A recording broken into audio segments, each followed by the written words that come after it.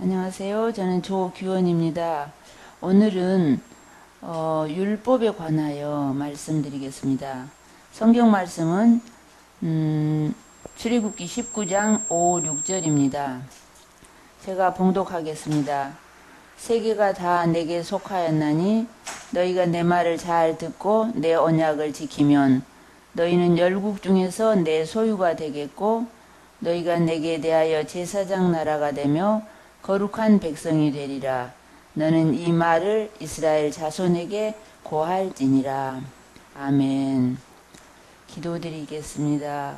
거룩하신 하나님 아버지 감사합니다. 이 시간에 율법에 대하여 공부하기를 원합니다. 하나님 아버지께서 이스라엘을 사랑하셔서 사랑의 나라를 세우시기 원하셨습니다. 그러나 이스라엘 백성들이 하나님의 사랑을 깨닫지 못하였고 그 나라가 아름답게 흘러가지 못하였습니다. 오늘 구약을 배우면서 신약을 사는 우리가 더욱 깨닫게 하여 주시옵소서. 그리하여 하나님의 그 아픈 마음을 깨닫고 통한의 심정을 이해하면서 하나님 나라의 그 제자로서 삶을 살아가는데 부족함이 없도록 인도하여 주시옵소서. 예수님의 이름으로 기도하옵나이다. 아멘. 이 말씀의 배경은 이스라엘 백성들이 애굽에서 탈출하여 시내산에 왔습니다. 그러니까 탈출한 지 47일, 48일쯤 되었을 때에 하나님은 시내산에서 모세에게 이와 같은 취지로 이스라엘 자손과 계약을 맺고 싶은데 그들에게 의견을 물어봐라 라고 명하십니다. 그런데 저희가 성경을 읽다 보면 성경 안에는 여러 가지 요소의 내용들이 있습니다. 성경 속에는 역사가 있습니다. 성경은 역사적인 진리이니까요. 기독교는 역사적인 종교입니다. 또 약속도 있습니다. 성경 안에 있는 약속은 하나님과 사람 사이에 맺어진 약속입니다. 오늘 설교는 하나님과 이스라엘 백성이 맺은 약속에 대해서 할 것입니다. 명령도 있습니다. 그 명령은 세상 끝날까지 지켜야 되는 명령도 있습니다. 예언도 있습니다. 예언이 성취가 되어서 역사적인 사실이 되어 있는 것도 있고 아직 성취되지 않는 예언도 있습니다. 그 이외에도 수많은 교훈과 지혜와 시가 있습니다. 그런데 우리 선조들께서는 성경책의 이름을 왜 약속의 책이라고 지었을까요? 구약, 신약. 구약은 옛 약속, 옛 언약, 옛 계약. 신약은 새 약속, 새 언약, 새 계약, 그런 말이죠. 그러니까 우리 성경책 안에 너무나 많은 여러 가지 다양한 귀중한 요소들이 있지만 그 중에서 약속이 그만큼 중요하다는 것이겠죠. 구약 성경을 말할 때 창세기부터 말라기까지가 구약 성경 맞습니다. 그러나 구약은 율법이다 라고 할 때 그 구약은 레위기를 말하는 것입니다. 그러므로 레위기는 율법인 것입니다. 그런데 왜 그럼 그 약속이 율법일까요? 하나님과 이스라엘 백성이 그 계약을 맺었는데 그 계약의 내용이 레위기거든요. 근데 그 계약이 왜 법일까요? 이런 말이 있죠. 사회계약은 법이다 라는 말이 있습니다. 예를 들어서 교통신호가 있는데 파란불은 그냥 지나가기로 하고 빨간불은 정지한다 라고 약속을 했습니다. 그러면 그 신호를 어기면 법을 어기는 것이 되는 거죠. 그걸 지키면 법을 지키는 것이 되고요. 지금 오늘 말씀은 지금부터 3500년 전에 하나님과 이스라엘 백성이 계약을 맺었는데 계약의 내용이 레위기입니다. 그러니까 레위기대로 살았다면 법을 지켰으므로 평안하고 복을 받는 것이고 레위기대로 살지 않았다면 법을 지키지 않은 것이므로 처벌받는 것입니다. 즉 저주를 받는 것입니다. 즉 레위기를 지키면 복을 받고 레위기대로 살지 않았으면 저주를 받는다는 것입니다. 그런데 또 하나 의문이 드는 게 있어요. 왜 하나님은 이스라엘 백성들과의 계약을 원하셨을까요? 하나님께서는요, 그들과 함께하는 사랑의 나라를 꿈꾸셨던 것 같습니다. 이스라엘 백성들과 하나님의 나라를 만들기를 원하셨던 것이죠. 우리가 어릴 때 배우기를 나라를 구성하는 요소에는 국민과 영토와 주권이 있다라고 배웠습니다. 하나님 나라에는 국민은 이스라엘 백성으로 하시고 영토는 가나안 땅, 법은 레위기, 주권은 하나님께, 즉 하나님이 다스리는 신주주의, 신정통치를 원하셨던 것으로 보입니다. 저 뒤에 창세기로 가보면 하나님께서는 천지를 창조하시고 아담과 하와를 에덴 동산에 두셨습니다. 그런데 아담과 하와가 뱀의 유혹으로 타락하게 되었습니다.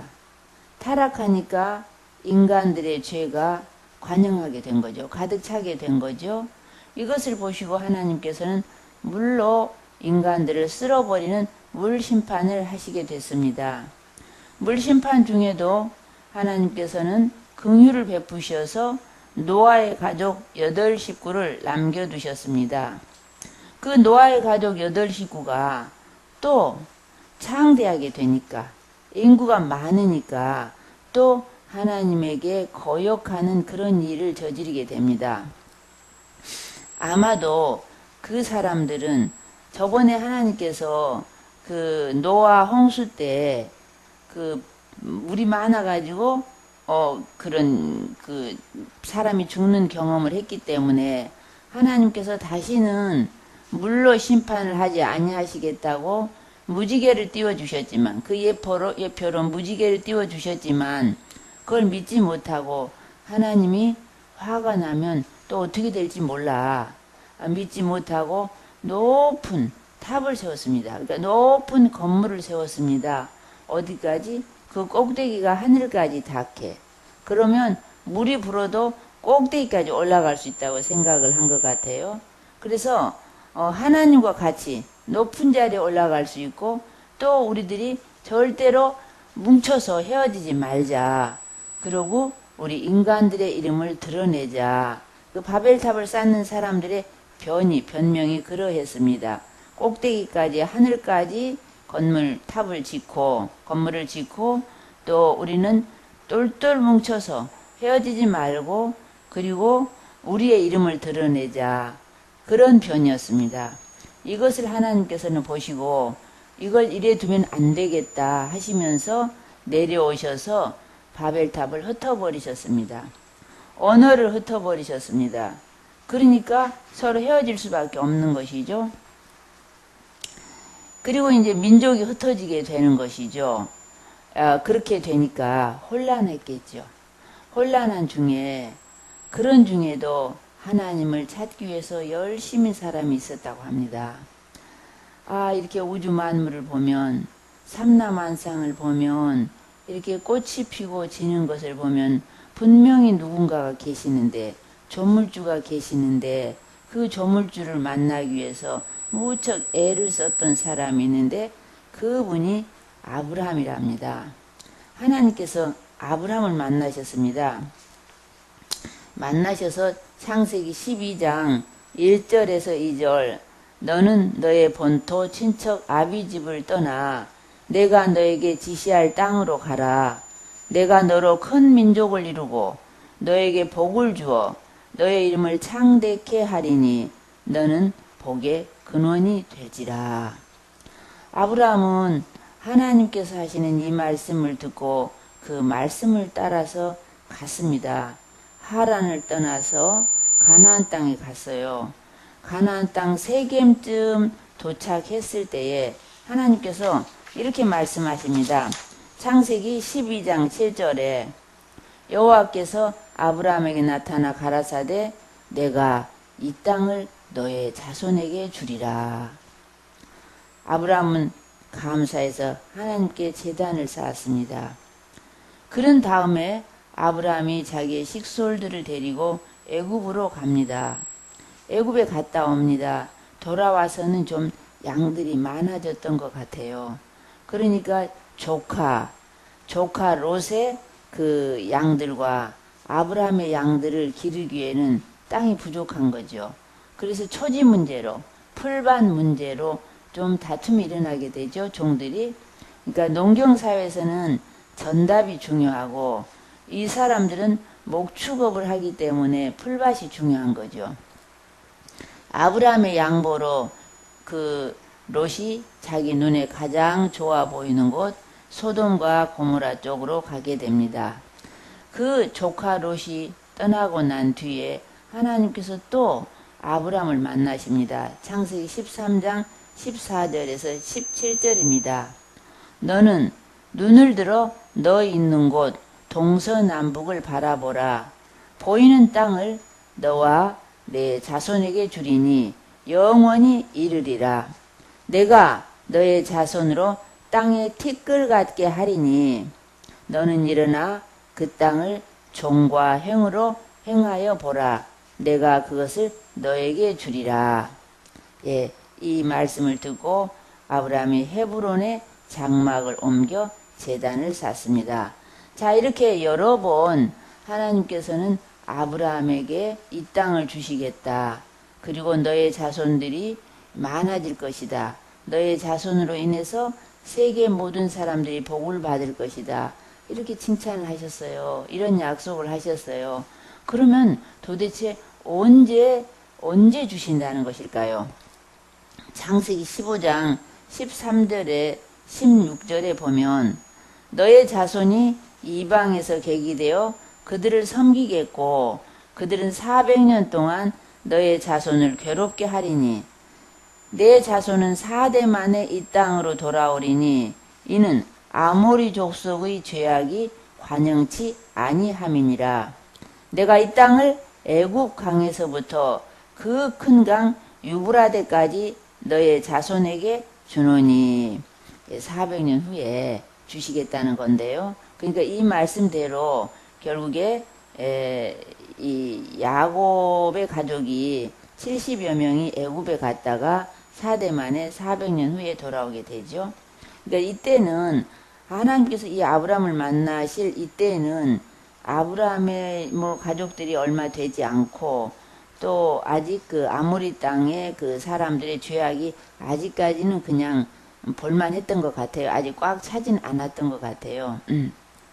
그리고 아브라함의 이 식구들 가지고는 그 가나안 땅을 아직은 정복하기에는 시기상조인 것이죠. 그 다음에 또 하나님께서 아브라함의 아들 이삭이 흉년을 당해 애굽으로 가려고 할 때 이삭에게 말씀하십니다. 창세기 26장 2절에서 4절입니다. 애굽으로 내려가지 말고 내가 너에게 지시하는 땅에 거하라. 이 땅에 유하면 내가 너와 함께 있어 너에게 복을 주고 내가 이 모든 땅을 너와 너의 자손에게 주리라. 너의 자손을 하늘의 별과 같이 번성케 하며 이 모든 땅을 너의 자손에게 주리니 너의 자손을 인하여 천하 만민이 복을 받으리라. 또 이삭에게도 이렇게 축복의 말씀을 하시는 거예요.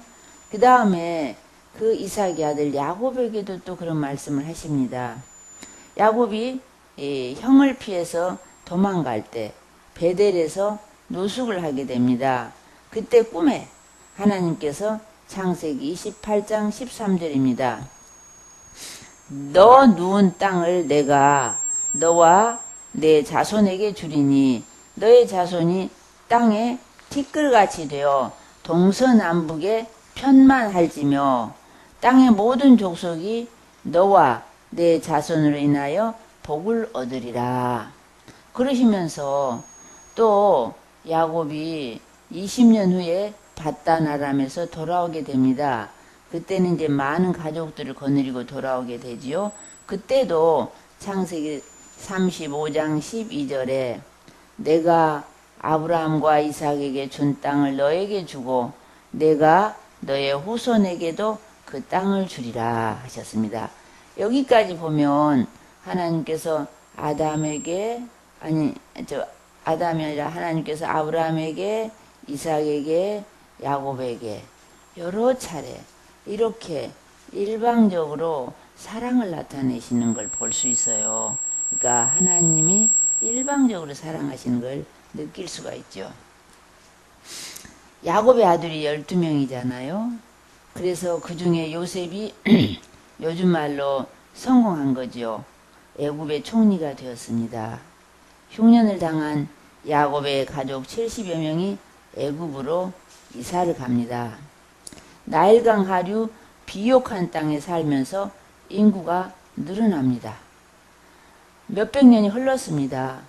요셉을 알지 못하는 왕이 나오면서 이스라엘 자손들을 핍박합니다. 이스라엘 숫자가 많아지니까 애굽 왕은 위협을 느끼게 된 것 같습니다. 그래서 이스라엘 여인이 남자아이를 낳으면 산파로 하여금 아기를 죽여버리게 하고 그것도 잘 안되니까 그 신생아를 나일강에 버리라고 합니다. 그때 태어난 사람이 모세지요. 나일강에 버려진 아이가 모세였단 말입니다. 그러니까 이제 그 하나님의 계획은 가나안 땅에 보내는 것이잖아요. 그러니까 거기서 몇백 년 되어 가니까 이제 내보내야 되는 것이죠. 그러니까 애굽에서 떠날 때가 되어 가는 것이죠. 그러니까 우리 그런 찬송 있죠. 큰 풍파 일어나는 것 세상줄 끊음일세. 이제 애굽을 끊어버리고 가나안으로 가야 되니까요. 모세의 나이 80세 될 때까지도 여전히 이스라엘은 애굽 사람들에 의해서 괴롭힘을 당하고 있거든요. 너무나 혹독한 고역을 감당하고 있거든요. 모세의 나이 80세 때 이스라엘 자손의 그 탄원을 들으시고 하나님께서는 모세에게 이스라엘을 구해내라고 말씀하십니다. 모세가 애굽으로 갑니다. 애굽에서 이스라엘을 구해내는데 애굽 사람들은 10번의 재앙을 당합니다. 마지막 10번째 재앙이 6월절입니다. 그날 밤 이스라엘 자손은 양을 잡아 문설주에 피를 바르고 양고기를 먹었는데 개 한 마리도 죽지 않았어요. 그러나 애굽 사람들은 궁궐의 왕자부터 저 말단의 하녀의 아들까지 가축도 처음 난 초태생은 다 죽었습니다. 애굽에는 곡소리가 났습니다. 그러나 이스라엘에게는 이날이 죽음에서 건져진 구원의 날입니다. 6월절입니다. 6월이란 말은 죽음이 패스오버된 6월, 넘어갔다, 건너뛰었다, 죽음이 넘어간 날입니다. 이 6월절이 이스라엘 자손에게는 구원의 날입니다. 애굽에 들어간 지 430년 만에 홍해를 건너 애굽을 탈출했습니다. 이날이 첫 번째 6월절입니다. 자, 홍해를 건너서 애굽을 탈출해 나왔는데 하나님께서는 이제는 너희들 자유다. 너희들 마음대로 살아라. 그렇게 하지 않으셨어요. 그 이스라엘 백성들을 졸졸졸 이끌었어요. 마라, 엘림, 신광야로 이끄시면서 신의 산으로 인도하십니다. 신의 산에 도착했습니다. 애굽에서 나온 지 6월절로부터 47, 48일쯤 되었을 때 모세에게 오늘 읽은 본문 말씀을 명합니다. 이제 내가 이스라엘과 계약을 맺어 법을 주고 싶은데 백성들의 의사를 타진하라. 오늘 말씀은 출애굽기 19장 5절에서 6절 말씀입니다. 네, 출애굽기 19장 5, 6절 말씀 펴보시고요. 제가 다시 읽겠습니다. 세계가 다 내게 속하였나니 너희가 내 말을 잘 듣고 내 언약을 지키면 너희는 열국 중에서 내 소유가 되겠고 너희가 내게 대하여 제사장 나라가 되며 거룩한 백성이 되리라. 너는 이 말을 이스라엘 자손에게 고할지니라. 출애굽기 19장 5절에서 6절입니다. 이 말씀은 이 세상은 다 내 것이다. 세상 나라들이 홍수 때문인지 바벨탑 때문인지 다 내게 등을 돌리고 있다. 그런데 너희는 애굽에 그대로 있었다면 애굽은 히브리 남자 신생아를 계속 죽일 것이므로 앞으로 한 80년 정도 지나면 지구상에서 없어질 민족이다. 그런 너희를 내가 독수리 날개로 업어서 여기까지 데리고 왔으니까 너희가 내 말을 처음부터 끝까지 잘 듣고 이제 체결하게 될 언약을 지키면 너희는 세계 모든 나라들 중에서 내 것이 될 거야. 내 것이 된 너희는 세상 사람들을 내게로 데려와 연결해주는 다리가 되어라. 제사장이란 말을 히브리어로 하면 폰티펙스 다리라는 말입니다. 그 일을 하려면 너희가 거룩해야 되겠지. 그런 말입니다. 이 말씀은 구약 성경의 축이요 전체 성경의 요절입니다. 하나님의 꿈이고 이스라엘에게는 민족적인 사명인 것입니다. 출애굽기 19장 5절에서 6절을 지금 하고 있습니다. 네.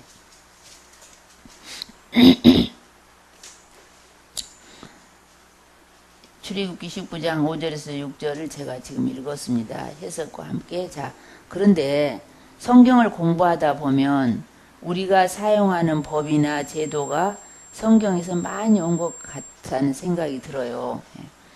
우리나라 헌법 조문 앞에 헌법의 취지와 정신과 목적을 써놓은 헌법 전문, 서문이 있는 것처럼 출애굽기 19장 5절에서 6절은 율법의 취지와 정신과 목적을 써놓은 율법의 전문인 것이죠. 출애굽기 19장 7절에서 8절 한번 제가 읽겠습니다. 출애굽기 19장 7절에서 8절을 제가 읽겠습니다. 네. 지금 이제 모세에게 하나님께서 세계가 다 내 것인데 세상 사람들이 내 말을 듣지 않고 있어. 그러니까 그러면 오늘 설교 말씀은 율법에 대하여입니다. 출애굽기 19장 5절에서 6절 말씀 찾으셨죠? 제가 읽겠습니다. 세계가 다 내게 속하였나니 너희가 내 말을 잘 듣고 내 언약을 지키면 너희는 열국 중에서 내 소유가 되겠고 너희가 내게 대하여 제사장 나라가 되며 거룩한 백성이 되리라. 너는 이 말을 이스라엘 자손에게 고할지니라.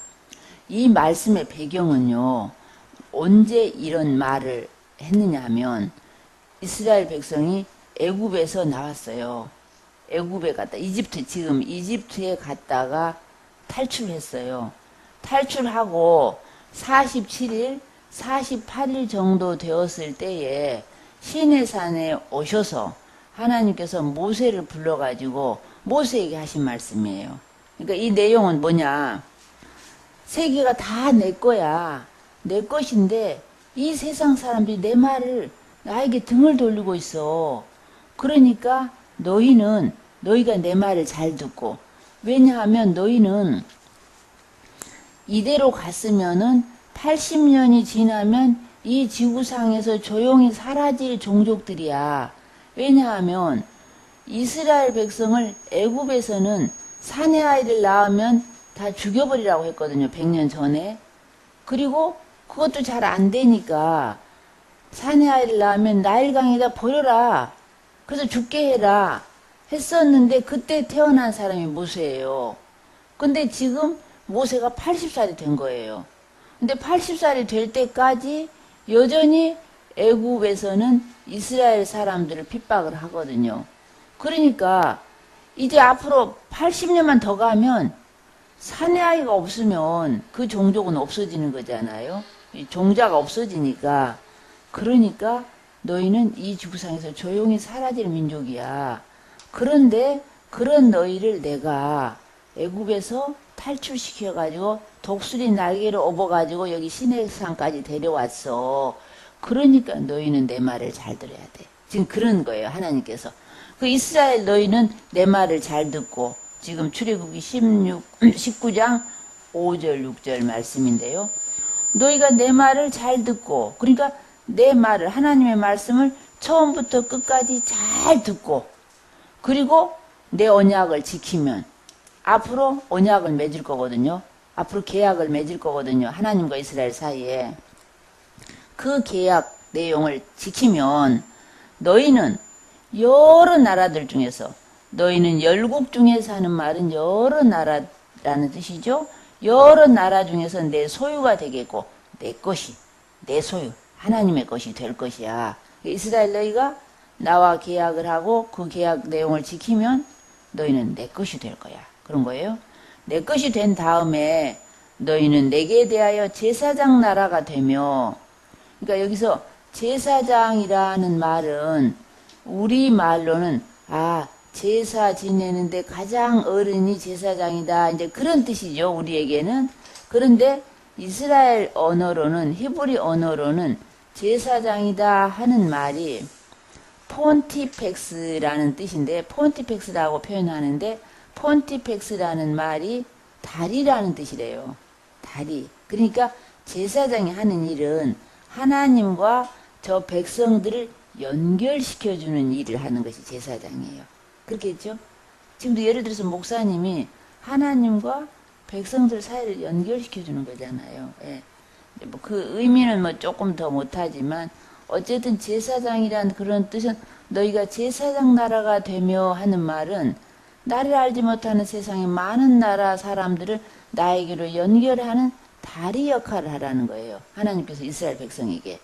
다리가 되어주고 그 역할을 하려면 너희가 거룩해야 되지 않겠니? 그러니까 거룩한 나라가 되리라. 이 말씀 속에 앞으로 너희와 내가 체결해야 할 율법, 그 계약의 취지와 정신과 목적이 이 말씀에 들어있어요. 자, 이렇게 하고 싶은데 모세 네가 이스라엘 백성에 가서 이 말을 하고 의사를 물어봐라. 의견을 물어봐라. 그런 거예요. 그런 내용이거든요. 그러니까는 모세가 그 말을 듣고 이스라엘 백성들에게 가서 물어보는 거예요. 이게 지금 그 내용인데 자 그런데 우리가 성경을 읽다 보면은요 여러 가지 내용들이 있어요. 성경 안에는 역사도 있어요.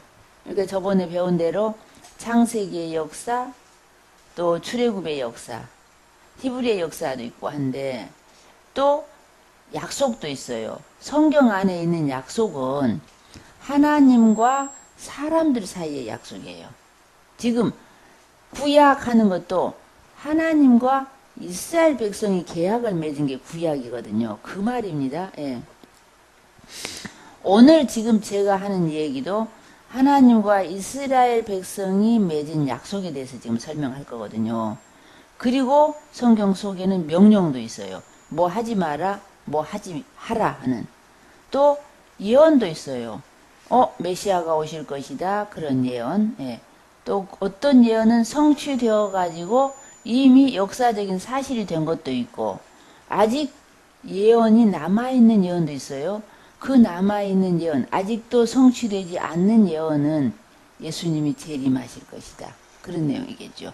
그런 내용도 있고 수많은 교훈과 지혜와 시가 있는데 우리 선조들께서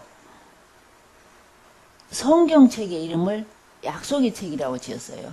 그러니까 아까 여러 가지 내용들이 있음에도 불구하고 구약, 신약 하면서 옛 약속, 새 약속, 약속의 책이라고 이름을 지었거든요. 우리가 무심코 구약, 신약 하지만 그러니까 우리가 구약 성경을 말할 때는 창세기에서 말라기까지가 구약 성경 맞아요.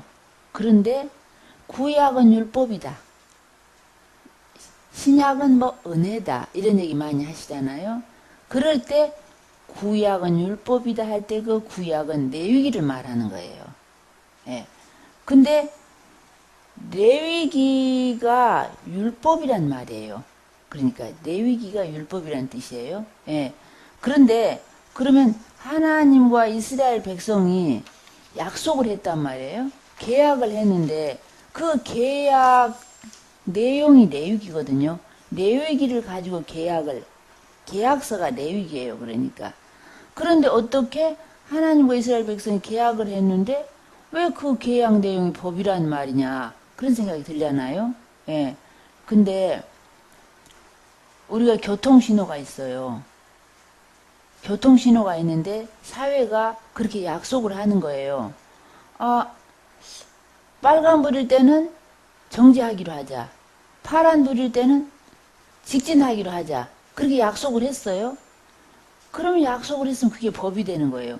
빨간불일 때 지나가면 교통법을 어기는 것이죠. 파란불일 때 정지하고 있으면 안 되잖아요. 그런 것처럼 사회 계약은 법이다. 그런 말이 있거든요. 그런 것처럼 하나님과 이스라엘 백성들 사이에 계약을 맺었는데 그 계약이 법인 거예요. 그러니까 사회 계약이 법이다 하는 건 이해가 되시죠? 예.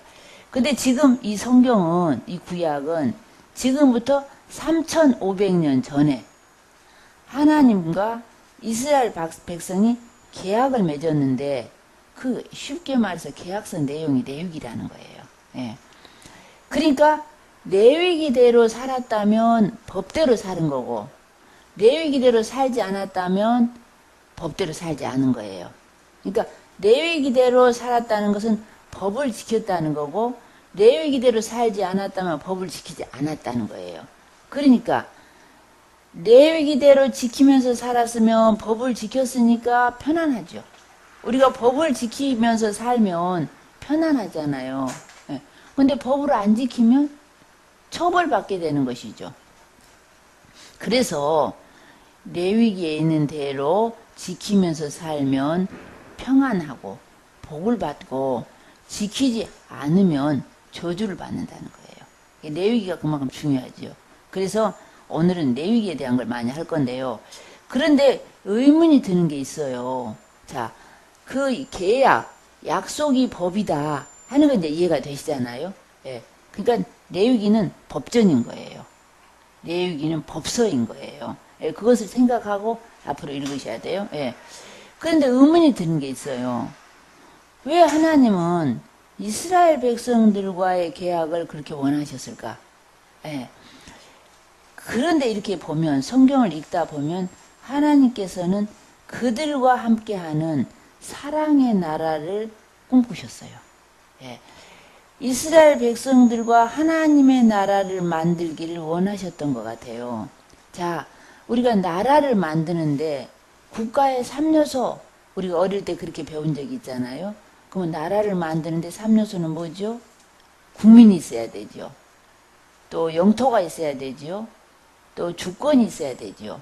그래서 국가의 3요소가 국민, 영토, 주권 그렇게 말하는데 그럼 하나님께서 하나님의 나라를 만들기 위해서 국민은 누구로 했을까?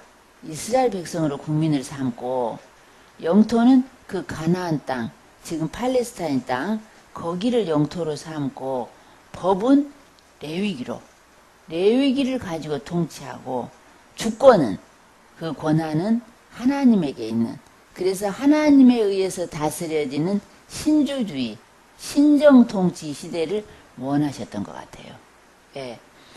그런데 그래서 천지창조로 가보면은요 하나님이 얼마나 하나님의 나라를 이루시기 위해서 만드시기 위해서 애쓰시는가 하는 것을 볼 수 있어요. 자, 창세기로 돌아가 보면 하나님께서 천지를 창조하시거든요. 맨 처음에. 예. 천지를 창조하시고 그 사람들을 에덴 동산에다가 두세요. 근데 에덴 동산에 아담과 하와가 있었는데 그들이 뱀의 유혹을 받아서 타락하게 돼요. 선악과를 먹고. 타락한다는 건 하나님과 관계가 끊어진다는 뜻이에요. 하나님과의 관계가 왜? 하나님이 명하시는 것을 행하지 않고 사탄이 옆에서 유혹하는 선악과를 먹은 거예요. 하나님께서는 절대로 선악과 먹으면 죽는다고 했는데, 그럼으로써 인간은 사탄의 길에 들어선 거예요. 선악과를 먹음으로써. 예. 그러고 나니까 사람들이 죄를 지키기 시작하죠. 하나님과 관계가 떨어지면 당연히 죄를 지게 되죠. 타락의 결과 죄를 지게 되는 것이죠. 죄가 관영이에요. 가득 차버렸어요. 지금과 같아. 노아 홍수가 일어난 때가. 그러니까 하나님께서 물로 홍수로 사람들 완전히 쓸어 없애버렸어요. 그게 이제 하나님께서 하시는 물 심판이었던 거죠. 그럴 때에도 하나님은 다 쓸어버리지 않고 노아의 8식구를 남겨두셨거든요. 그 8식구가 또 이제 번성해지기 시작하는 거예요. 번성해지면서 창대해지니까 어떤 생각을 하느냐면 하나님을 거역하는 생각을 해요. 남겨진 그 사람들이. 그래서 바벨탑을 쌓는 거예요. 저번에 제가 창세기의 맨 앞쪽의 역사가 창조와 타락과 심판과 바벨탑 사건이라고 그렇게 말씀드렸잖아요. 4가지 큰 사건이 있었다고. 바벨탑 사건은 그 바벨탑을 짓는 사람들의 말이 뭐라고 하냐면, 우리가 성을 쌓고 성 위에 빌딩을 지어서, 건물을 지어서 그 건물이 저 하늘까지 닿게 하자. 그 꼭대기 하늘까지 닿게 하자. 그것은 아마도 저번에 노아 홍수 때 혼이 났기 때문에 하나님이 화가 나면 또 어떻게 될지 몰라.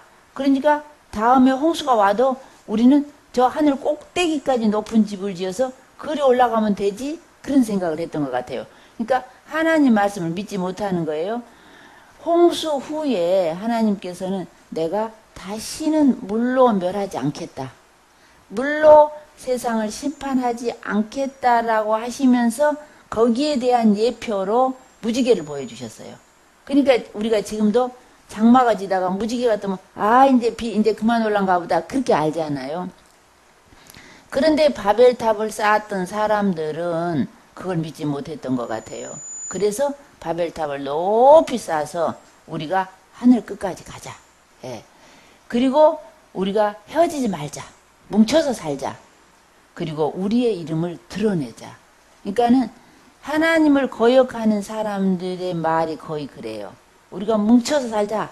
그리고 우리의 이름을 드러내자. 그러니까 하나님의 이름을 드러내자 그러지 아니하고 우리의 이름을 드러내자. 그러면서 우리가 하나님과 같아지자.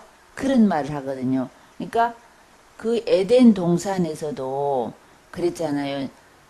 사탄이 하와에게 너 선악과 먹어도 죽지 않아. 그런데 왜 하나님이 못 먹게 하는 줄 알아? 네가 선악과를 먹으면 하나님같이 될까봐. 하나님과 같이 되어서 눈이 밝아져가지고 다 알아버릴까봐 하나님께서 너에게 선악과를 못 먹게 한 거야 라고 하시잖아요. 그러니까 사탄의 생각은 하나님과 같이 되려고 하는 끊임없는 그런 생각이 있어요. 우리 안에도요. 예. 그 사건, 바벨탑 사건, 그 사건을 하늘에서 보시고 하나님께서 이것을 이래 두면 안 되겠다 하시면서 내려오셔가지고 확 흩어버렸어요. 그러니까 말을 흩어버렸어요. 그때는 한 개의 언어로 사용하고 있었으니까 서로 말이 다 통해서 우리가 모여서 이렇게 하자 하면 됐는데 말을 다 흩어버렸어요. 그러니까 서로 말이 통하지 않아. 그때 이후로 언어가 한 10,000개 정도 흩어졌을 거라고 학자들이 말해요. 그러니까 그때부터 우리가 중국어 다르고 우리말 다르고 일본말 다르고 영어 다른 거죠. 바벨탑 사건이 없었다면 한 개의 언어로 이렇게 통할 수 있었을 건데. 그리고 민족을 흩어버리신 거죠. 그러니까 중국 민족, 한국 민족, 일본 민족이 다 이렇게 다르게 된 거죠. 바벨탑 사건을 통하여 그런 거예요. 그래서 창세기 그 4가지 사건 속에는 우리 인류 근원의 모든 역사가 다 들어있기 때문에 원역사라고 그래요. 근원 역사. 자, 그런데 이제 바벨탑 사건 때 막 흩어버리고 나니까 혼란스러웠겠죠. 그런 때에 아브라함이 하나님을 찾았다는 거예요. 자, 창세기에 저희가 배울 때 처음엔 4가지 사건이 있었다고 그랬어요. 창조와 인간의 타락과 하나님의 물심판과 바벨탑 사건. 그 다음엔 4사람의 족장의 이야기가 있었다고 그랬죠. 아브라함과 이삭과 야곱과 요셉. 자, 그때에 하나님께서 아브라함을 만나셨어요. 아브라함은 하나님을 많이 찾았다고 합니다. 그 유대인이 쓴 역사서가 있어요. 거기에 보면 하나님을 많이 찾았대요. 그러니까 이렇게 삼라만상 우주 이거 돌아가는 거 보면 너무 정확하잖아요. 우리가 시계 아무리 정확한 시계를 차도요. 저 해시계만은 못해요. 그러니까 몇 년에 한 번씩 이게 시간이 틀려요. 그럼 거기다 맞추잖아요. 정확하게 돌아가는 거. 또 이렇게 계절이 바뀌는 거, 밤낮이 바뀌는 거, 꽃이 피는 거, 이런 것들이 너무 신기한 거예요. 그래서 아브라함이 하나님을 찾았다는 거예요. 아무리 봐도 어딘가 조물주가 계신 것 같아. 아브라함이 생각할 때. 예. 그래서 하나님을 무척 찾았다는 것입니다. 우리도요, 대충대충 교회 다녀가지고는 하나님을 만나지 못해요. 사실은 하나님을 무척 찾았을 때 하나님이 만나주시는 거죠.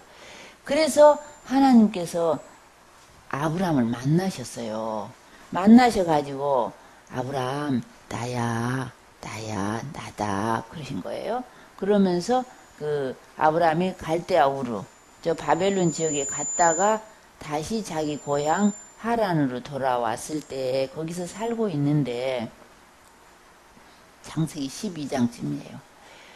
하나님께서 아브라함에게 이렇게 말씀하세요. 창세기 12장 1절 2절 이렇게 말씀하십니다.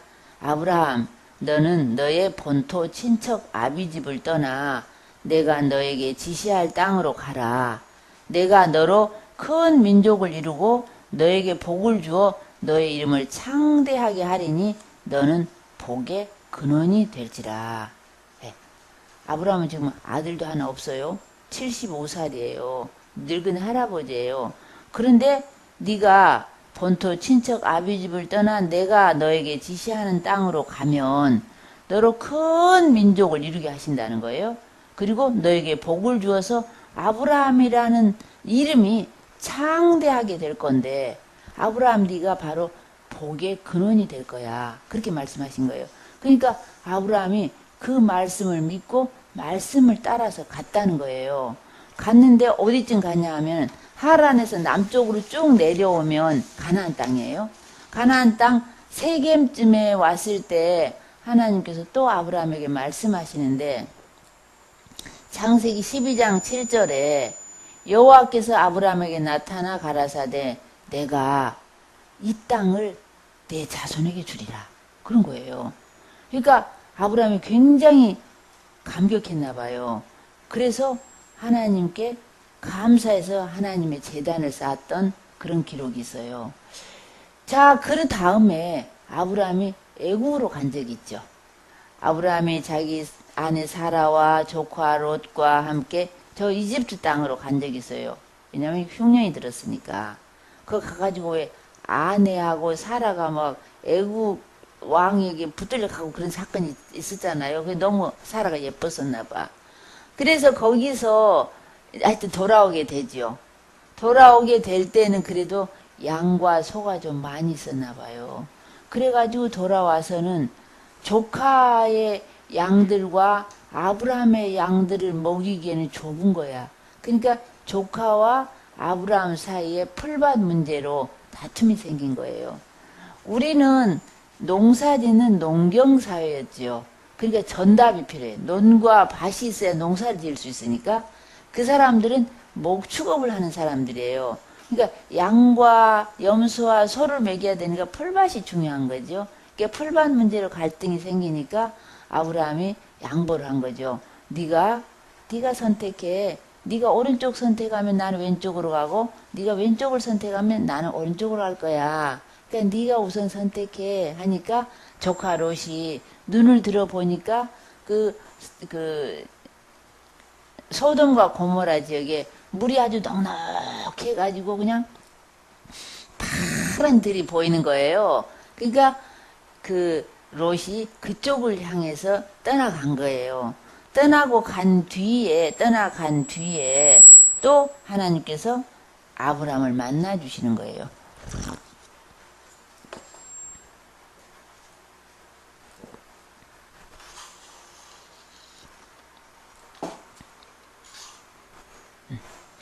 자, 그렇게 하고 난 뒤에 하나님이 만나 주시는데 창세기 13장 14절 말씀이에요. 들리죠? 예. 네. 창세기 13장 14절에서 17절인데요. 너는 제가 읽겠습니다. 너는 눈을 들어 너 있는 곳 동서남북을 바라보라. 네 눈에 보이는 땅을 내가 너와 너 자손에게 주리니 영원히 이르리라. 내가 너의 자손으로 땅에 티끌 같게 하리니 땅에 티끌처럼 많게 해주신대요. 아브라함의 자손을. 근데 아직 아들 하나도 없거든요. 그런데 너는 일어나 그 땅을 종과 횡으로 다녀보라. 그러니까 이리 갔다 예. 뭐 양쪽으로 다녀보라는 거예요. 내가 그것을 너에게 다 준대요. 하나님께서. 그러니까 이렇게 보면 하나님께서 일방적으로 이렇게 사랑하시는, 일방적으로 주시는 거예요. 예, 내가 너에게 그렇게 주겠다고 하는 것이죠.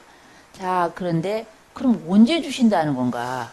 그럼 도대체 이 땅을 내가 너와 너의 후손에게 주신다 하는데 그럼 언제 주신다는 건가? 그 내용이 창세기 15장 13절입니다. 제가 읽겠습니다. 예. 언제냐? 너의 자손이 이방에서 객이 되어 그들을 섬기겠고 그들은 400년 동안 너의 자손을 괴롭게 하리니 400년 동안. 그러니까 결국에는 이스라엘 사람들이 그 야곱의 그 족속들이 애굽으로 가요. 애굽에 가가지고 400년 동안 있다가 오거든요. 그러니까 이방에 가서 객이 되어 손님이 되어서 그 애굽 사람들을 섬기겠고 그들은 400년 동안이나 너의 자손을 괴롭게 할 거다. 그러니까 애굽 사람들이 이스라엘 자손 너희를 괴롭게 할 거다 이거예요. 너의 자손은 4대 만에 이 땅으로 돌아올 거다. 왜냐하면 이는 아모리 족속의 죄악이 관영치 아니함이라. 지금 돌아와야 할 가나안 땅은 아모리 족속이 차지하고 있어요. 그런데 아모리 족속의 죄악이 가득 찬 다음에 몰아낸다는 거예요. 근데 아직까지는 가득 차지 않았죠. 그리고 그때는 아직 아브라함 일가밖에 없잖아요. 이 작은 숫자 가지고는 그 가나안 땅을 정복해 살 수가 없는 거죠. 그러니까 이방 땅에 가서 400년 있다가 돌아오게 하신다는 거예요. 그러면서 18절에 내가 이 땅을 애굽 강에서부터 그 큰 강 유브라데까지 너의 자손에게 주노니, 그러니까 굉장히 많은 이집트 나일강에서부터 저 위에 유프라데강까지 주신다고 약속을 하는 거예요. 근데 역사를 보면 이스라엘 족속들이 그 땅을 다 차지하지는 못했던 것 같아요. 그러니까 믿음이 있어야 차지하는데 믿음이 작으면은 하나님께서 주시겠다고 약속해서도 차지하지 못하거든요. 사실 우리도 그래요, 지금. 네. 근데 성경을 또 보면 아브라함에게만 이렇게 약속한 것이 아니라 아브라함의 아들 이삭에게도 또 그렇게 약속을 하세요. 이삭이 한날은 흉년을 당했어요. 근데 흉년을 당하면 왜 자꾸 애굽으로 가냐 하면 애굽에는요 큰 나일강이 있어요. 그게 지금 현재 이집트예요. 나일강이 굉장히 큰데 그 나일강이 해마다 홍수가 나가지고 그 퇴적물을 그 하구에다 갖다가 엎는 거예요. 그러니까 거기에 그냥 온갖 거름이다 온갖 퇴적물이 쌓여서 굉장히 비옥한 거예요. 그러니까 지금도 강가에 도시가 생기거든요. 우리는 농경민족이니까 농사를 지어야 되니까 큰 강 하류 지역에 사람들이 살아요. 왜? 거기가 비옥하거든요. 한강 하류 지역에 김포, 평야. 다 그렇거든요. 예, 저 호남의 만경강 그 아래쯤에 그 호남의 곡창지대 평야가 있죠. 다 그렇듯이 그 나일강 하류 지역이 굉장히 비옥해서 거기가 그 지중해 건너 유럽 사람들의 곡창지대라는 거예요. 그러니까 배 타고 와가지고 거기서 먹을 것을 공수해 갔었어요. 유럽에서. 그러니까 거기가 굉장히 비옥한 땅이기 때문에 흉년만 들면 항상 애굽으로 가요. 그죠? 아까 아브라함도 흉년에 애굽으로 갔고 지금 그 아들 이삭도 흉년 당하니까 또 애굽으로 가요. 그런 나중에 근데 이삭은 안 갔어. 하나님 못 가게 하시니까. 근데 야곱 때 결국 흉년 드니까 그 요셉이 거기 총리로 있으니까 또 가잖아요. 이제 그런 배경이 있는 것이죠. 그래서 제가 이삭 때에도 창세기 26장 2절에서 4절 보면 하나님께서 이삭에게 너 애굽으로 가지 마 그러시는 거예요. 애굽으로 내려가지 말고 내가 너에게 지시하는 땅에 거하라. 이 땅에 거하면 내가 너와 함께 있어 너에게 복을 주고 내가 이 모든 땅을 너와 너의 자손에게 주리라. 너의 자손을 하늘의 별과 같이 번성케 하며 이 모든 땅을 너의 자손에게 주리니 너의 자손을 인하여 천하 만민이 복을 받을 것이다. 그래서 그때 이삭은 내려가지 않았어요. 근데 이삭은 그때 농사지어서 100배나 얻었다고 하는 그런 그 기록이 있잖아요. 근데 이삭에게만 그런 게 아니라 그 아들 야곱이 있어요. 야곱에게도 하나님께서 그렇게 또 약속을 하세요. 야곱이 한날은 형하고 장자권 문제, 축복권 문제를 다 뺏어 버렸잖아요. 그러니까 형과 이게 아주 알력이 생긴 거죠. 그러니까 형을 피해가지고 막 부랴부랴 도망을 가다가 저 베델쯤 가서 이제 노숙을 하게 된 거예요. 노숙을 하면서 밤에 꿈을 꾸는데 하나님께서 또 나타나셨어요. 근데 그때 야곱은 굉장히 불안하죠. 한 번도 가본 적이 없는 그 외가를 찾아서 지금 도망가는 거잖아요. 그때 야곱의 나이가 71살이에요. 어린 소년이 아니거든요. 기약할 수 없는 땅을 지금 형이 무서워가지고 도망가는데 그때도 꿈에 하나님께서 나타나셔서 야곱에게 이렇게 말씀하십니다. 창세기 28장 13절에 야곱아 너 누운 땅을 내가 너와 내 자손에게 주리니 너의 자손이 땅에 티끌같이 되어 동서남북에 편만할지며 동서남북에 가득 찰 것이며 땅의 모든 족속이 너와 내 자손으로 인하여 복을 얻으리라. 그렇게 말씀하시는 거예요. 그런데 이제 야곱이 뭐 그런 것도 다 잊어버렸어요. 이제 외삼촌 라반의 집에 가서 20년 동안 모슴살을 하는 거죠. 그러면서 아내가 4명이나 생겼잖아요. 예. 첫 번째 아내가 레아, 두 번째 라헬, 그리고 또 몸종들을 둘 다 줘서 4명이 되니까 아들이 벌써 11명이나 태어났죠. 예. 이제 베냐민은 오다가 났으니까. 자, 그런데 그렇게 이제 많은 식소를 데리고 또 돌아오는 거예요. 20년 만에. 20년에 돌아오는데 베델에서 또 창세기 35장 12절에 내가 아브라함과 이삭에게 준 땅을 너에게 주고 내가 너의 후손에게도 그 땅을 주리라 하시는 거예요. 자, 여기까지 보면 하나님께서 무수하게 오시는 거예요. 무수하게 오시면서 내가 이 땅을 너에게 주리라. 너의 자손이 많을 거다. 너의 자손을 인하여 복을 받을 것이다. 많아질 거다. 그러니까 하나님께서 일방적으로 오셔서 그렇게 사랑하시는 거예요. 그러니까 우리가 믿는 기독교는요. 전도 종교예요. 하나님이 우리에게 오신 거예요. 우리가 오셔서 우리는 계시의 말씀을 받은 거예요. 그래서 받은 말씀을 우리는 전도하는 거예요. 전도 종교라고 그래요. 기독교는 전도 종교고 다른 기타 종교는 구도 종교예요.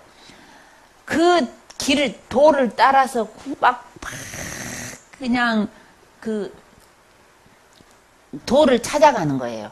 그 다른 불교나 힌두교나 그런 종교는 내가 그 도를 찾아가는 뭔가 득도한다, 깨닫는다 하는 그런 경지에 이르기 위해서 쉼없이 고행을 하면서 찾아가는 구도 종교고 우리 기독교는 하나님께서 이렇게 오신 거죠.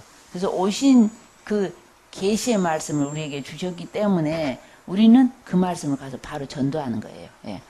그런 것처럼 하나님께서 이렇게 쉼없이 계속 찾아오시면서 내가 너를 사랑한다는 그런 의미죠. 예. 자, 아까 제가 말씀드린 대로 하나님께서 어떤 그런 나라를 이루시기를 원하는 거예요. 그러면서 아브라함에게 복 주시고 이삭에게 복 주시고 야곱에게 복 주시는 거예요. 자, 근데 야곱의 아들이 아까 이제 12명이 됐죠. 12명이 됐어요. 근데 흉년을 맞이한 거죠, 또. 예, 흉년을 맞이해서 양식 사러 애굽에 또 간 거예요. 그게 가보니까 그 팔아먹었던 형들이 팔아먹었던 11번째 아들 요셉이 애굽의 총리가 되어가지고 있는 것이죠. 그러니까 결국에 총리 그 아들이 요즘 말로 성공한 거죠. 그래서 그 백으로 야곱의 70여 명의 가족이 흉년을 당했는데 애국으로 이사를 떠난 것이죠. 예. 이사를 떠나가지고 거기에서 애굽에서 사는 거예요. 그러면서 이제 야곱도 죽어서 이쪽에 가나안 땅에다 장사하고 또 요셉도 죽게 되죠. 요셉이 죽으면서 창세기는 끝이 나는데요. 그러면서 거기서 몇백 년을 보내게 돼요. 몇백 년을 보내게 되는데 이제 하나님의 궁극적인 계획은 어디죠? 그 조상들에게 약속했던 것처럼 400년이 차면 가나안 땅으로 보내는 거잖아요. 예. 그러니까 이제 나갈 때가 되니까 그 이스라엘 사람들을 애굽 사람들이 핍박하는 거예요. 그러니까 그래서 그 이스라엘 사람들이 그 비옥한 땅에 70여 명이 갔지만 그 나일강 하류 비옥한 땅에 살면서 인구가 막 굉장히 늘어나는 것이죠. 그러니까 몇백 년 흘러가게 되는데 그 요셉이 총리였을 때 굉장히 잘했는데 요셉을 알지 못하는 다른 왕이 나오잖아요. 그러면서 이 이스라엘 자손을 핍박하는 거예요. 이스라엘 숫자가 막 굉장히 늘어나요. 그러니까 오히려 위협을 당한 거예요. 애굽 왕이 막 이스라엘 그 애기 낳으면 남자아이를 낳으면 막 죽여버려라 그런 얘기가 나오죠. 그러니까 산파들이 죽이지를 못하는 것이죠. 그게 잘 안 되니까 그 다음에는 애기 낳으면 나일강에 버려라 그런 거예요. 그때 나일강에 버려라 할 때 태어난 애가 모세죠. 모세를 바구니에 이렇게 넣어가지고 나일강에다 이렇게 띄워 보낸 거잖아. 너무 잘생겼으니까 참 부모로서 죽이기 그렇잖아요. 그런데 그것을 애굽의 공주가 나일강에 목욕하러 왔다가 발견하게 된 거잖아요. 아, 이 아이 보니까는 분명히 히브리 사람의 아이다. 이스라엘 사람 아이다. 이거 데려다가 기르자 해서 데려다가 공주의 아들이, 애국 왕 공주의 아들이 되어서 모세가 40년 동안에 그 왕자의 교육을 받은 거죠. 예. 그러다가 거기에서 이제 40살 되었을 때 그래도 유모가 자기 어머니잖아요. 예. 그러니까 아마 히브리 이스라엘 민족의 정신을 가르쳤겠죠. 그래서 이제 좀 바른 말 좀 하다가 이스라엘 사람들 편을 들어가 좀 하다가 그 어떤 사람을 애굽 사람을 하나 죽이게 된 거죠. 그것이 이제 탄로가 난 거예요. 그래서 그것 때문에 도망을 친 거죠. 저 먼 미디안 나라로 도망을 쳐가지고 거기서 40년 동안이나 처가살이를 하게 된 거죠. 근데 이제 이스라엘 자손들은 지금 계속 지금 핍박을 당하고 있는 거예요. 애굽 사람들이 뭐 이렇게 뭐 계속 그러지. 모세의 나이는 한 80 됐지. 그럴 때에 하나님께서 모세를 부르시는 거예요. 모세를 불러서 너 모세야, 너 애굽에 가서 이스라엘 자손들을 구해내라 그러는 것이죠. 출애굽기 내용이 그렇잖아요. 예. 그래서 이제 모세가 가는 거예요. 80살이에요. 예. 모세가 가서 애굽 왕이 막 금방 내보내진 않잖아요. 이 노예들 일 시키면 또 편한데 내보내지 않으려고 하지요. 그러니까 재앙을 10번이나 겪는 거예요. 유대인들이 아니라 애굽 사람들이 재앙을 10번을 겪는데 그래도 안 내보내려고 하다가 10번째 재앙이 그게 6월절이라는 건데요. 10번째 재앙은 장자가 죽는 거예요. 그러니까 큰아들이 죽는 거예요. 예. 그러니까 어, 이스라엘 사람들은 그날 밤에 14일 밤에서 15일 저녁까지가 6월절인데 그날 밤에 양을 잡아서 피를 문설주에 발랐어요. 그리고 양고기를 구워 먹었어요. 그렇게 하기만 했는데 그날 밤에 이스라엘 사람들의 집에는 개 한 마리도 죽지 않았어요. 그런데 그 밤에 애굽 사람들의 집에는 궁궐의 왕자에서부터 시작해서 저 말단 하녀 몸종의 자식까지 장자는 다 죽었어요. 그리고 가축도 초태생은 가축도 수컷 첫 수컷은 다 죽었어요. 그러니까 애굽에 곡소리가 난 거죠. 그것이 마지막 10번째 재앙이에요. 그러니까 그때에 그 날이 6월절이에요. 6월절이다 하는 말은 이스라엘 사람들에게는 죽음의 사자가 6월 넘어뛰었다. 건너갔다. 6월 하는 건 넘을 유자 넘을 월자거든요. 영어로도 패스 오버. 죽음이 이스라엘 집에서는 그냥 넘어가고 그 애굽 사람들의 집에만 죽음이 닥치게 된 거죠. 그러니까 이스라엘 사람에게는 그 날이 구원의 날이었어요. 6월절이라는 게 구원이라는 뜻이에요. 구원받은 날이에요. 죽지 않았다는 것이죠.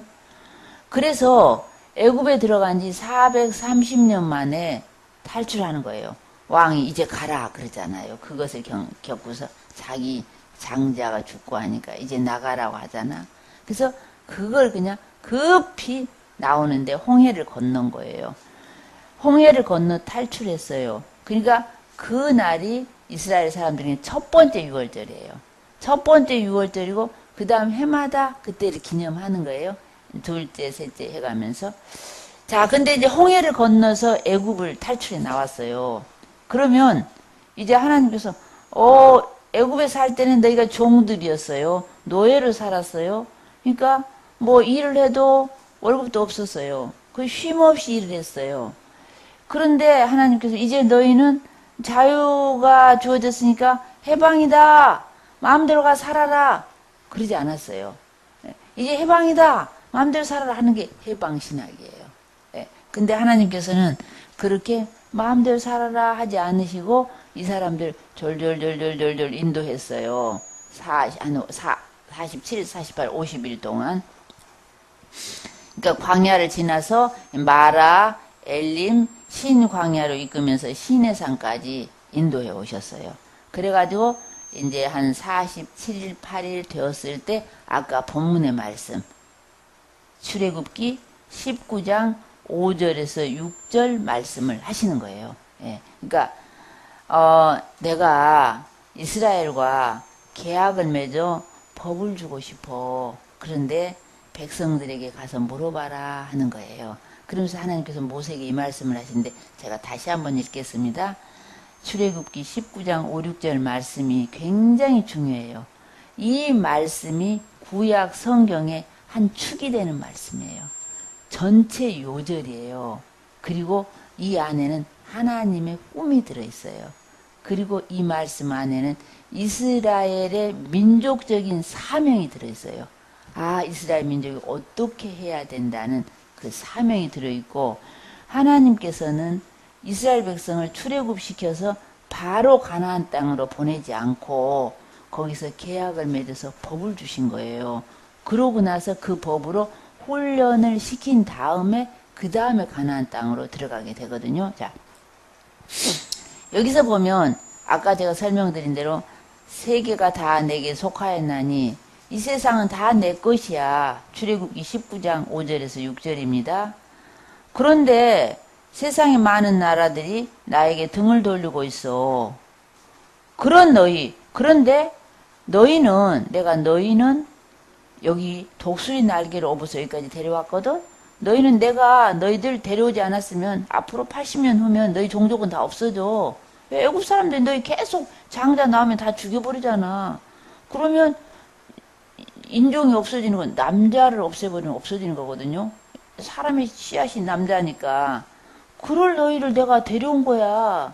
그러니까 너희가 내 말을 잘 들어봐. 처음부터 끝까지 내 말을 잘 들어. 그러니까 우리가 성경 말씀을요, 처음부터 끝까지 들어야 돼요. 그래야 하나님의 말씀을 알아요. 하나님께서 무슨 말을 했는지, 하셨는지 사실은 모르는 거예요. 처음부터 끝까지를 충분히 들어야 돼요.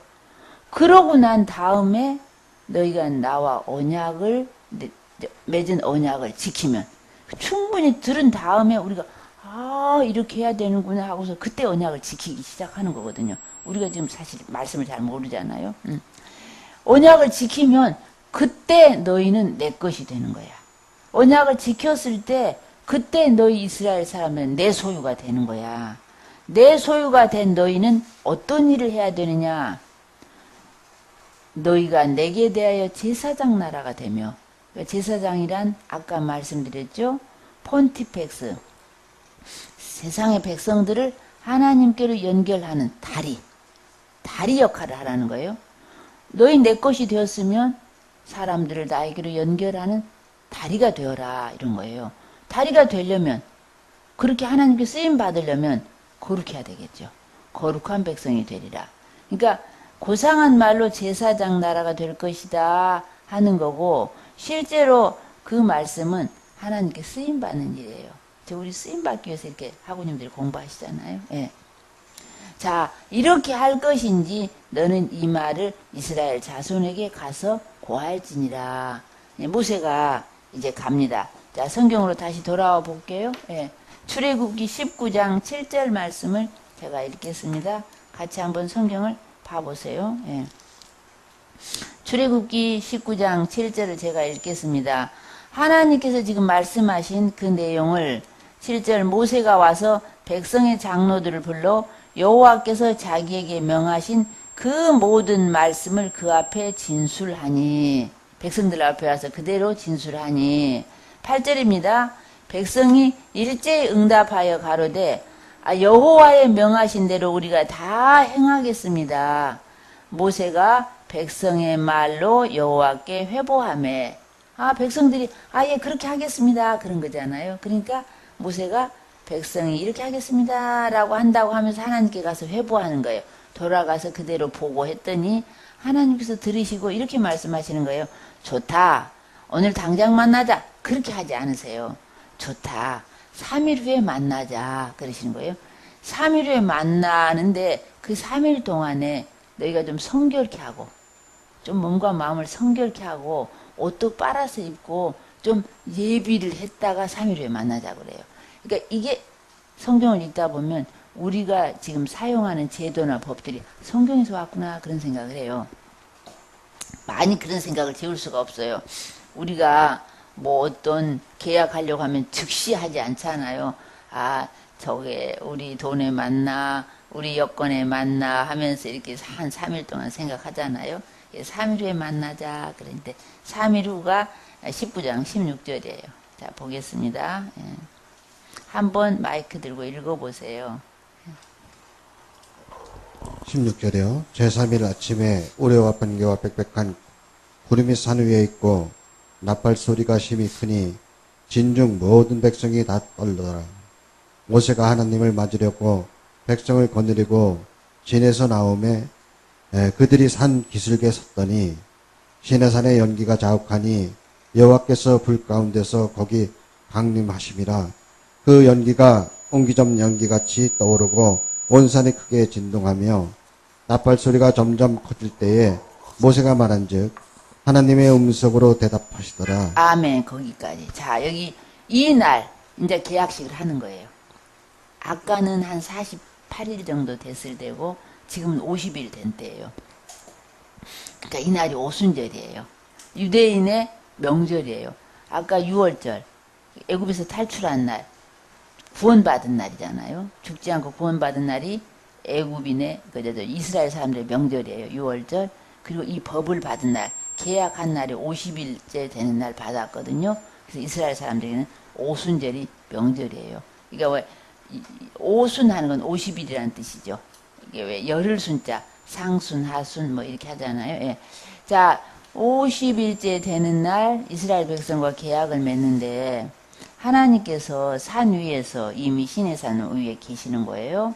이스라엘 백성들이 3일 후에 이렇게 모세를 따라 산 기슭에 갔더니 하나님께서 지금 막 산 위에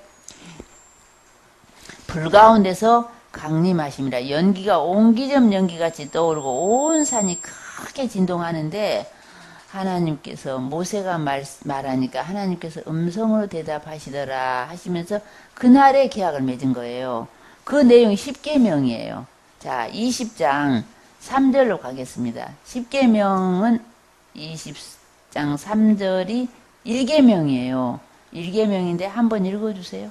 너는 나 외에는 다른 신들을 내게 있게 말지니라. 너희를 위하여 새긴 우상을 만들지 말고 또 위에 하늘에 있는 것이나 아래 땅에 있는 것이나 땅 아래 물속에 있는 것에 아무 형상이 만들지 말며 그것들에게 전하지 말며 그것들을 섬기지 말라. 나 여호와 너희 하나님은 질투하는 하나님인즉 나를 미워하는 자의 죄를 갚되 하나님으로부터 아들에게로 3, 4대까지 이르게 하거니와 나를 사랑하고 내 계명을 지키는 자에게는 1000대까지 은혜를 베푸느니라. 아멘. 자, 1계명, 2계명, 그 다음에 3계명인데 오늘 2계명까지 지금 읽으셨는데요. 10계명에서 1, 2, 3계명까지는 하나님에 대한 계명이에요. 이스라엘 백성이 계약을 맺으면서 하나님을 어떻게 섬길 것인가 하는 계명이 1, 2, 3계명이에요. 자, 그런데 하나님과 이스라엘 백성들의 그 계약 관계는요, 혼인 관계예요. 하나님이 남편이고 이스라엘 백성이 여자예요. 남녀 관계로 묘사되어 있어요.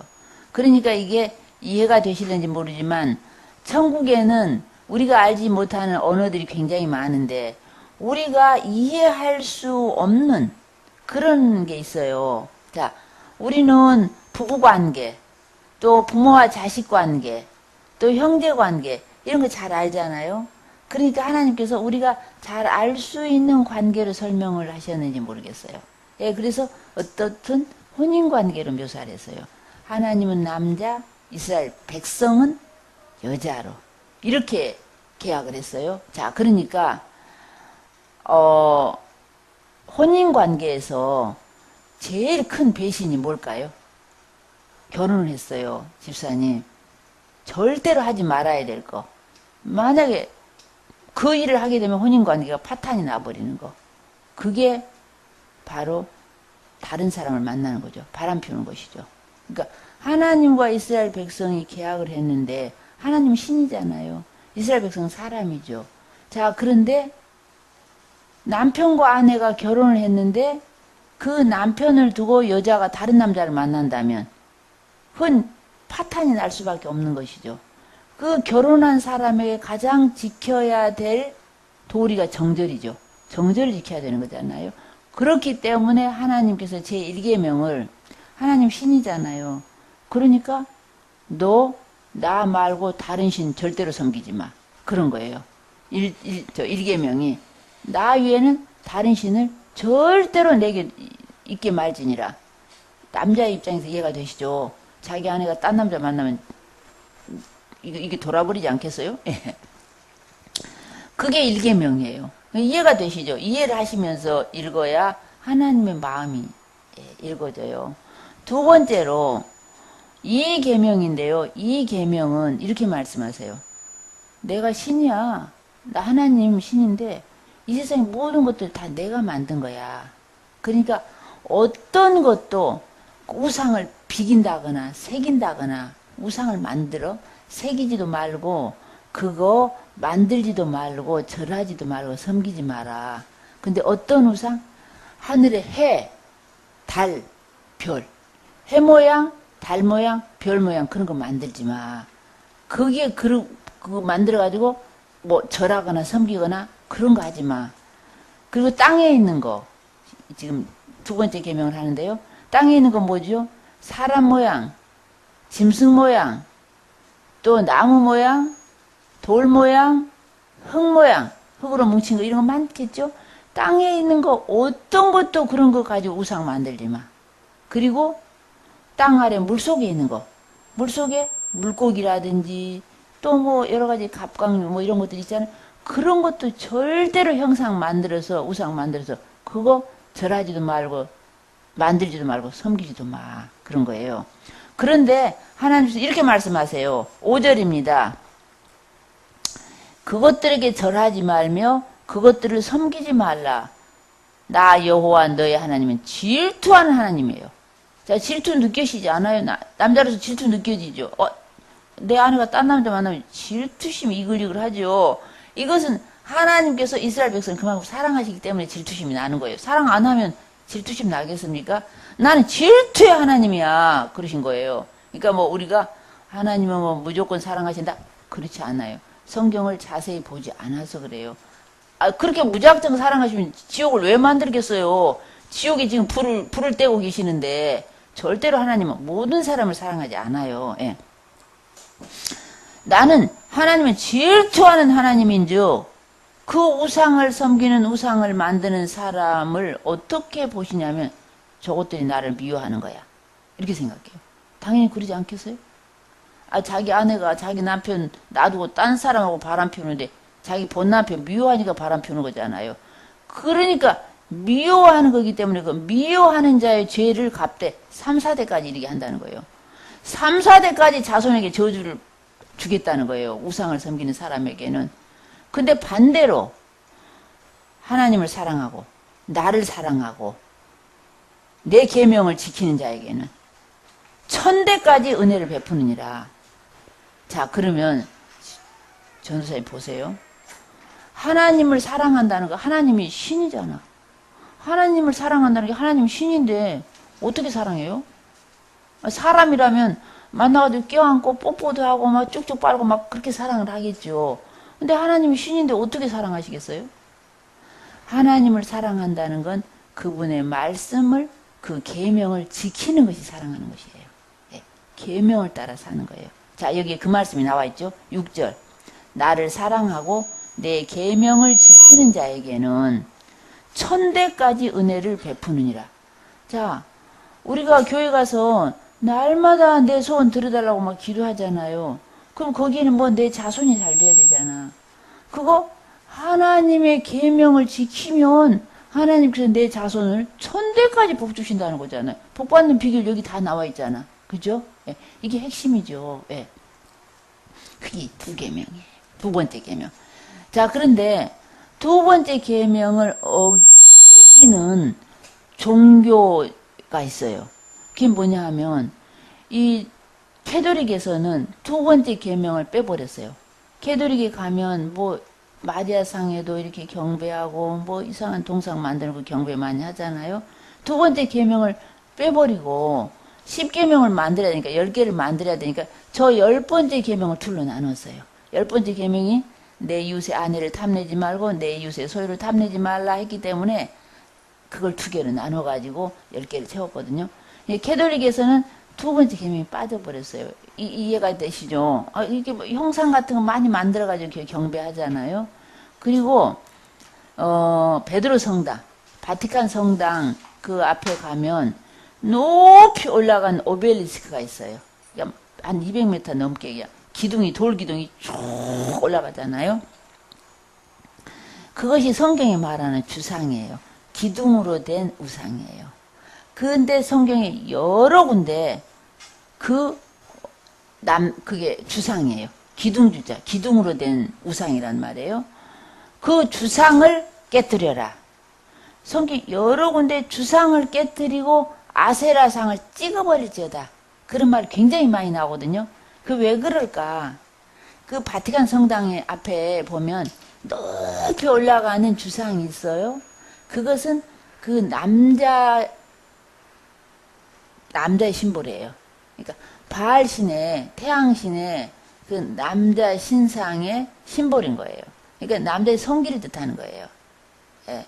그래서 주상을 깨뜨리라는 거고 그 밑에 바닥에는 아세라 신상이 있어요. 이렇게 아세라는 여자 신상이에요. 이게 아데미 신상, 아르테미스 신상 하는 것처럼 아세라 신상 여자의 모양이에요. 이렇게 둥그렇게 돼 있는데 둥그렇게 돼 있고 가운데 이렇게 점이 하나 있어요. 그러니까 여자의 자궁을 뜻하는 것이죠. 근데 거기에 이렇게 높이 서 있는 거예요. 이게 이방신들은 보면 항상 그 성적인 그런 느낌이 많이 나거든요. 근데 이제 캐톨릭에서는 그런 걸 많이 숨겨져 있어요. 예. 그래서 우상을 섬기지 말라 하는 그것을 어기는 것이죠. 예. 자, 그렇게 하고서 세 번째 계명이 있어요. 자, 세 번째 계명은 7절이에요. 제가 보겠습니다. 너는 너의 하나님 여호와의 이름을 망령되이 일컫지 말라. 나 여호와는 나의 이름을 망령되이 일컫는 자를 죄 없다 하지 아니하리라. 그러니까 하나님의 이름을 망령되이 일컫지 말라. 이것도 좀 실감이 나야 돼. 자, 전도사님 보세요. 제가 1계명, 2계명 설명하는데 이해가 되시죠? 아, 내가 아내랑 결혼해서 사는데 이 여자가 그러면 안 되잖아요. 그리고 내 남편에 대해서 함부로 나가서 험담해? 그것도 안 되잖아. 함께 살면서. 그러니까 내 이름을 망령되이 일컫지 말라. 내 이름을 망령되이 일컫는 자를 죄 없다 하지 아니하리라.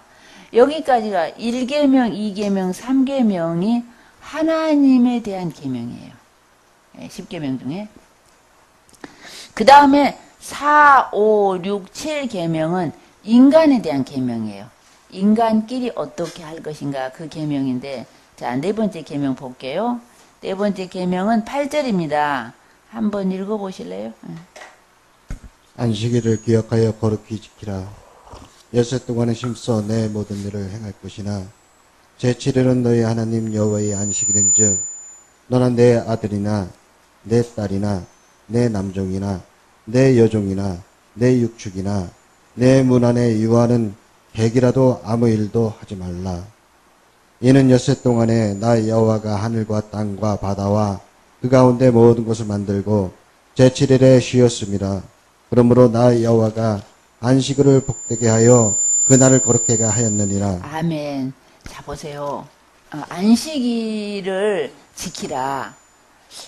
그런데 안식일을 왜 하나님께서 이렇게 제정하시고 이렇게 10계명, 그러니까 아까 제가 말씀드린 10계명은 대강령이거든요. 우리로 말하면 헌법 같은. 예를 들어 우리 헌법이 가장 상위법이잖아요. 모법이잖아요. 그럴 때 헌법 1조 1항 대한민국은 민주공화국이다. 1조 2항 대한민국의 주권은 국민에게 있고 모든 권력은 국민으로부터 나온다. 이렇게 큰 강령인 것처럼 10계명이 큰 강령인데 대강령인데 아니 어떻게 뭐 좀 안식일을 지키라고 하는 것을 이렇게 왜 큰 강령에다가 넣어두셨으며 인간에 대한 계명으로 맨 처음에다 넣었거든요. 그래서 왜 하나님께서 그러셨을까? 그것을 조금 엿볼 수 있는 대목이 있어요.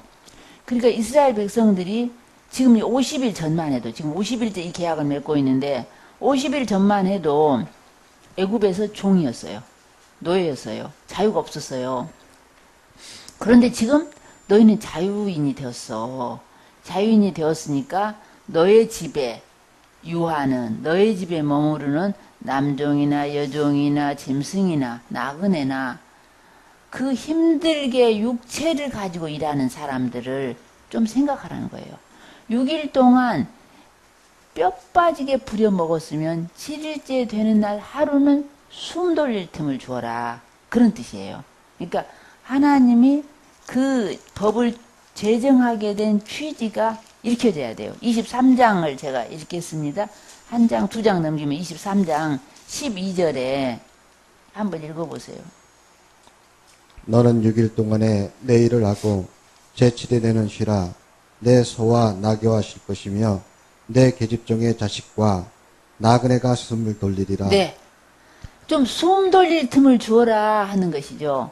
자, 여기에서 보면 하나님께서 인간에 대한 계명으로 맨 첫 번째 챙기는 사람들이 낮은 자들이에요. 약자들이에요. 남종이나 여종이나 나그네나 육체를 가지고 힘들게 일하는 사람들, 그 가축들에게 쉴 틈을 주어라 하는 거예요. 근데 이것을 인간에 대한 계명을 말씀할 때 첫 번째로 쳤어요. 그러니까 하나님의 마음이 약자를 생각하는 거, 약한 자, 낮은 자를 생각하는, 배려하는 그 하나님의 뜻을 알 수가 있어요. 그러면서 이 안식일을 지키지 않으면 저주가 임한다면서 이 10계명 그 안에 강제 규정으로 강행 규정 속에 여기다 넣어놓은 거예요. 그러니까 나중에 저 뒤에 내려가면 우리의 법이 헌법이 있고 법률이 있고 명령이 있고 조례가 있고 규칙이 있고 저 쭉쭉쭉 내려가잖아요. 근데 그런 데다 넣어놓고 안식일을 지키도록 하여라 라고 권면하는 것이 아니라 명령으로 이것을 지키지 않으면 내가 저주를 부을 것이다 하면서 강행 규정으로 하신 하나님의 마음을 조금 읽을 수가 있어야 되겠죠. 자, 안식일을 지키라 해놓고 그것이 이제 인간에 대한 첫 번째 계명이야. 네 번째 계명이 그 다음에는요. 다시 돌아와서 20장 12절이죠. 다섯 번째 계명이 너의 부모를 공경하라. 그리하면 너의 하나님 나 여호와가 너에게 준 땅에서 내 생명이 길리라. 장수하려면 부모 공경하라고 그래요. 이 땅에서 장수하려면.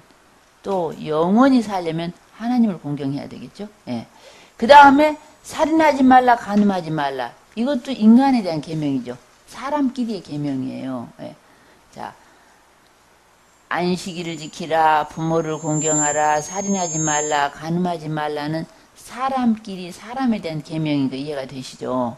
자, 그 다음에 8, 9, 10 계명은 돈에 대한 계명이에요. 물질에 대한 계명이에요. 우리가 지금 이렇게 살면서 이 세 가지 가운데 영향을 받고 살아요. 하나님과의 관계, 인간들끼리의 관계, 돈과의 관계. 그 속에서 사는 것이죠. 자, 8계명을 보면은요. 15절입니다. 도적질하지 말지니라. 네. 그 다음에 16절입니다. 이게 9째 계명이죠. 내 이웃에 대하여 거짓 증거하지 말지니라. 내 이웃에 대하여 거짓 증거하지 말지니라. 이게요. 법정 용어인데요. 이게 예전에 제가 이렇게 모를 때는 거짓 증거를 그렇게 크게 생각하지 않았어요. 근데 요즘에 이제 조금 사회를 조금 보면서 이게 3,500년 전에 제정된 말씀인데 3,500년이 지난 지금도 법정에서 거짓 증거함으로써 재판이 무수하게 잘못되고 있어요. 그래서 이게 사실은 판사는 진짜 진실, 실체적인 진실을 잘 모르잖아요. 그 실체적인 진실을 아는 사람은 원고와 피고와 증인이죠. 그런데 원고도 자기가 옳다고 하고 피고도 자기가 옳다고 판사 앞에서 바락바락 우기잖아요.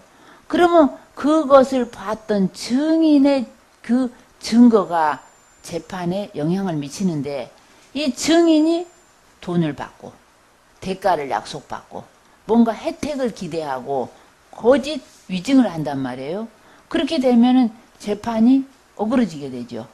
그러니까 죄가 없는 사람이 벌을 받게 되어서 감방에 가거나 사형을 당하거나 벌금을 물거나 그렇게 되는 것이죠.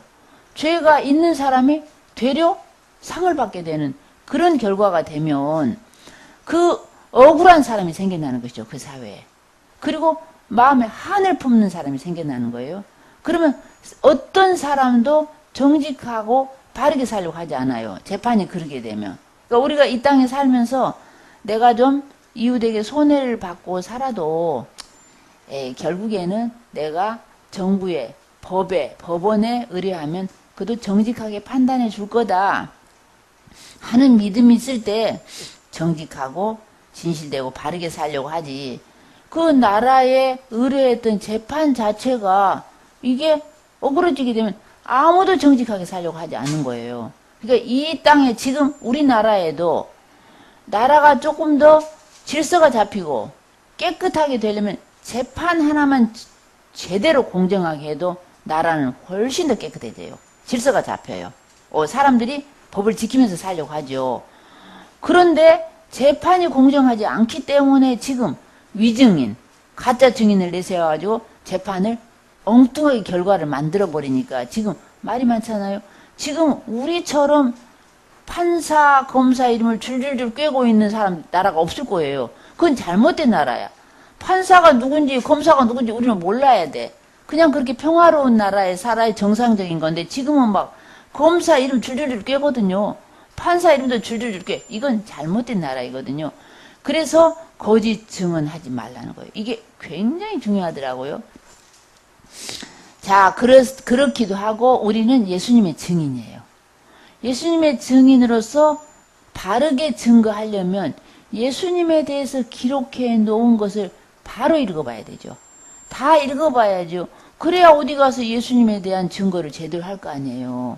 성경 66권을 제대로 바르게 빨리 알아야 예수님에 대한 증거를 제대로 할 거 아니에요. 예.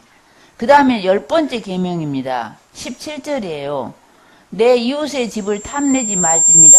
내 이웃의 아내나 그의 남종이나 그의 여종이나 그의 소나 그의 낙이나 물은 내 소유의 소유를 탐내지 말지니라. 자, 이것을 캐톨릭에서는 두 개로 나눠가지고 앞에 것은 9째 계명, 뒤에 것은 10째 계명을 했다고 말씀드렸죠. 예.